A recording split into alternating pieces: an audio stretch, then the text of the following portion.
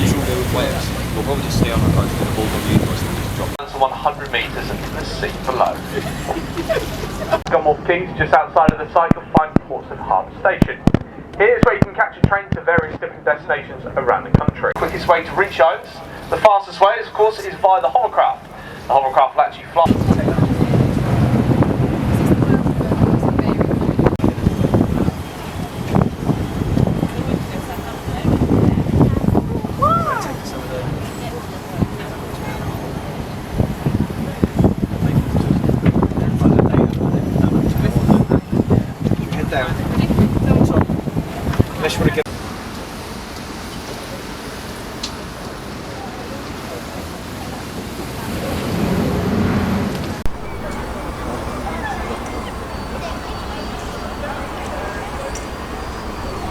Have an enjoyable trip.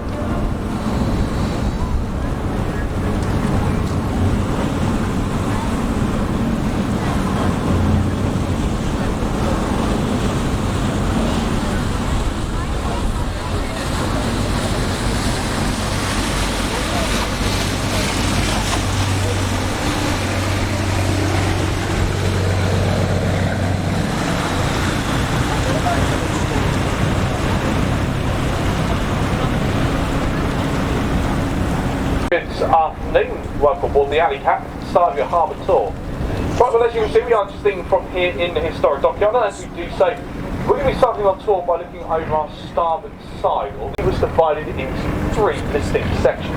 We had a red fleet, a white and a blue. Warrior was flagship to the red. So folks, as we leave the dockyard, we're going to go past this corner here on the right. As we do so, I'd like to welcome you all to her this fleet. And the first jetty, or key wall, the base here on the right, is called the South Railway Jetty. Today, the only remaining part of it is the blue printed building you'll see towards the northern end, and that is the old waiting rooms.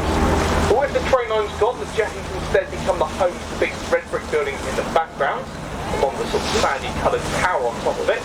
The building is called the guys and girls that control all the shipping movements in and around Portsmouth. Okay, so we'll start this harbour tour right up to move with all the warships, cross-channel ferries, Isle of Wight ferries, and also all the yachts boats you can see passing down our left-hand side. Basically, anything and everything that moves around the harbour. Type 23 frigates, one of the 13 that were introduced into the Royal Navy in the late 1980s onwards. Move along, we're now going past Victory Jetty, which of course gets its name because of HMS Victory, you can see located in the background. Today, it's sat inside rider number 2. There, along with concrete, of course, open to the public. They reckon every year about a quarter of with ships. Their size is often determined by how heavy they are. These carriers weigh around 70,000 tonnes. On paper, this made 2009, and at the time of construction, they were the most expensive warships in the Navy, costing in excess of £1 billion each.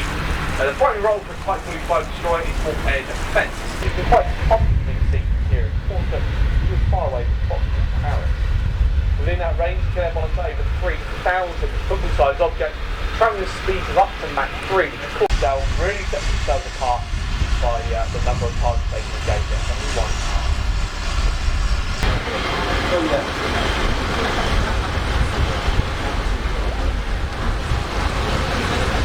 Plus Type 23 frigates, sister ships in the Somerset that we saw earlier on. Now, as I mentioned back then, these are one of the oldest classes of ship in the Navy, and their primary role when they were first introduced was for ASW, which stands for Anti-Submarine Warfare. Basically, most notably, a lot smaller than what it once was. Because of this, the frigates had to find a way to other lines of work. Nowadays, they're equipped with pinpoint accuracy. Behind that, the box for the two doors on the side, that's the housing for the ship's anti-aircraft sector missiles. These are a slightly less capable version of the Type 45 C-5 system. The Costa forward tubes, they are the anti-ship harpoon missiles, considered as the kind of jack of all trades of our Royal Navy. Final ship within, so the other side of the keywall, that is the RFA Wave Knight. She belongs to the Royal Fleet Auxiliary, who support naval operations all around the globe. She was one of their fast fleet tankers, therefore designed to be removed from service, and so she's placed into a state of readiness. This actually means that the Royal Navy want to, they can get her back Portsmouth, we import and export a wide variety of goods. Traditionally, it's always been, up until recently, that mainly was the only thing we brought into the harbour. However, things have changed. We now try to import a larger variety of things, so we get a lot of wind turbine blades arriving here, as well as aggregates as well. Next door to Portcote is then between Portsmouth and the Channel Islands. They don't really do too much on Sunday, instead have day by day, so you can remain alongside throughout the day.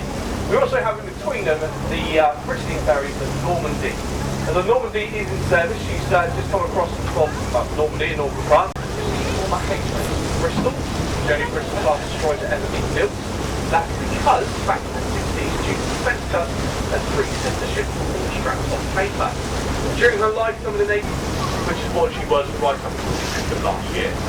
At the end of last year, she was completely removed from service, laid up for UK now, very waiting to be sent off to the strand.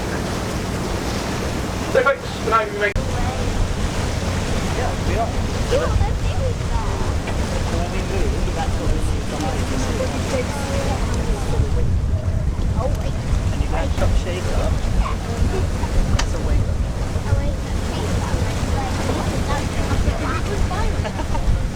No, I've never seen that.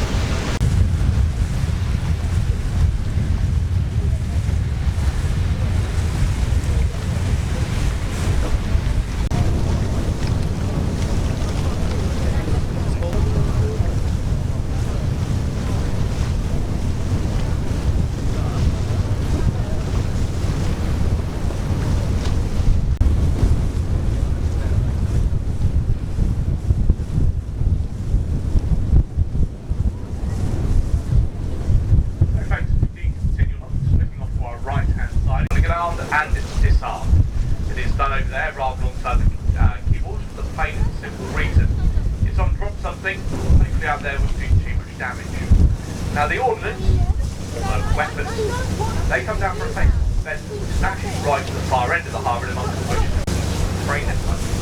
But eventually housing grew too close, they deemed it a little bit too unsafe and therefore moved it up to where you find today.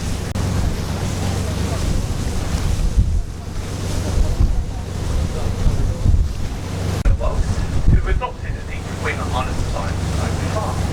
Now each island has its own unique role, so for example the one at the front of the river has the fly cone, which is the control centre. So that's a lot like an air traffic controller at an airport, guiding all the aircraft in and around the carrier itself. What's unique about this design is the role we traditionally fly design and see a lot like the older carrier taking off. Also great views once again of the Victory. We stand side to side off, looking a little bit different at the moment due to the fact she's fitting a central strain on the boat, and also we don't need to maintain as much wood as the original wooden ones. So the original ones are going to be taken away, and then they're going to put the fiberglass ones up instead. 2005. While aiming to call it the Millennium Tower, they had to rename it the Spinning Tower. It also meant the subsequent build costs seemed to be one of the guys from the same cost on the right, also on the left, as we're going through the market town of Severn, over the hills directly behind us, and eventually in.